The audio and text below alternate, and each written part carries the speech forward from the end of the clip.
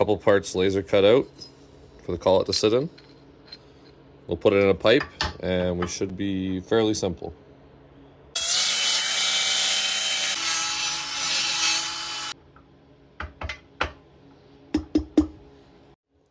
Now, when I was originally designing this, I planned on having a double stack for thickness and a bottom piece so they can be supported.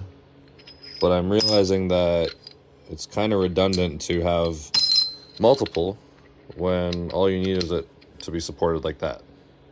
So we're just going to put this in a tube, and that'll be a lot more simple than I was actually thinking it should be.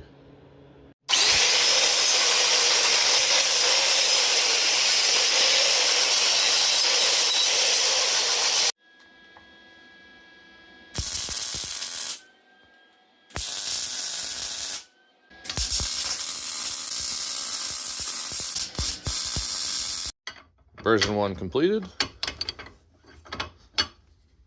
We'll come up with something more extravagant later.